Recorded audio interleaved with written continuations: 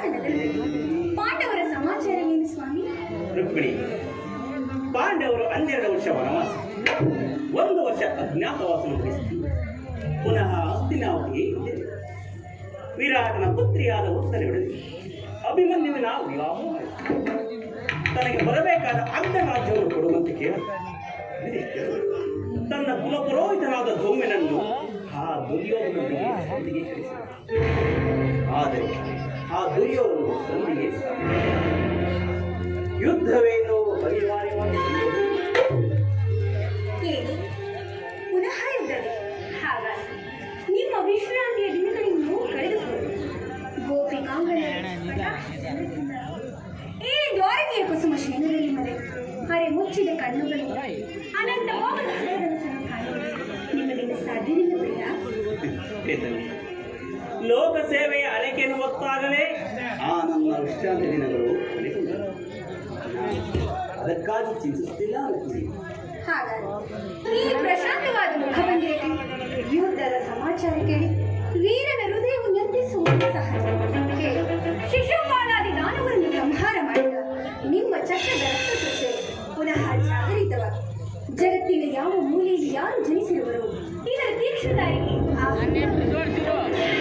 ಯುದ್ಧವೇನೋ ಅನಿವಾರ್ಯವಾಗಿ ಬಂದು, ಆದರೆ ಈ ಯುದ್ಧದಲ್ಲಿ ನಿನ್ನ ಪತಿಯು ನಿರಸ್ತರು. ಆಯುಧಗಳನ್ನು ಧರಿಸಿ ಯಾರ ಪಕ್ಷವಾಗಿಯೂ ಕಾದಾಡುವುದಿಲ್ಲವೆಂದು ಪ್ರತಿಜ್ಞೆ ಮಾಡಿದರು.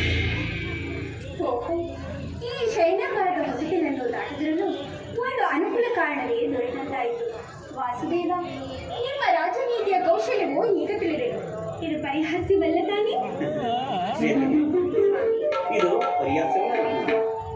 ಗೋಪಿಕಾಂಗನನ್ನು ದೈವಿಕಂದ್ರ ಮಧುರ ವೇಣುಗಾನದಿಂದ ವಿಶ್ವ ಸೃಷ್ಟಿಯೇ ನಡೆಸಿದ ಲಲಿತ ಕೃಷ್ಣನ ಮೊದಲ ರೂಪವನ್ನು ಹಂಸ ಶಿಶುಪಾಲಾದಿ ದಾನವರನ್ನ ಲೀಲಾ ಮಾತುವೆ ಪ್ರಚಂಡ ಕಕ್ಷಾಸು ಜಗತ್ತಿನ ಹೃದಯವು ಈ ಸಾರಿ ಯುದ್ಧ ಪ್ರಾರಂಭವಾದ ಇವೆರಡರಿಂದ ವಿಭಿನ್ನವಾದ ಬೇರೊಬ್ಬ ಕೃಷ್ಣನನ್ನು ಜನರು ಆದರೆ ಈ ಕುರುಕ್ಷೇತ್ರ ಯುದ್ಧ ಸೂತ್ರವು ನನ್ನ ಕೈ. ಚದುರಂಗದ ಆಳಗಳಲ್ಲಿ ದಪ್ಪ ಅಂದ ಕ್ಷತ್ರಿಯ ವೀರರನ್ನ ನಾನು ಇಲ್ಲಿಂದಲಿಗೆ ಶಸ್ತ್ರಾಸ್ತ್ರ ಸಂಗ್ರಾಮ ಪೌರುಷರ ಪರಮಾವಧಿಯನ್ನು ಅಳಿಸುವುದು ಮಾನವನ ಆತ್ಮಶಕ್ತಿ ಶತಕೋಟಿ ಶಸ್ತ್ರಾಸ್ತ್ರವನ್ನು ಪರಾಭವಿಸಿ ವಿಜಯದ ಭದ್ರಪೀಠ ವೇರಬಲ್ಲಬಹುದೆಂಬುದನ್ನು ಜಗತ್ತಿಗೆ ತೋರಿಸಿ ನನ್ನ ಈ ಕೈ ಸ್ವಚ್ಛ ಎಂಬುದಂತೆ ನಿರ್ಲಿಪ್ತವಾಗಿ ಬೆಳೆಯುವುದನ್ನು ನನಗೆ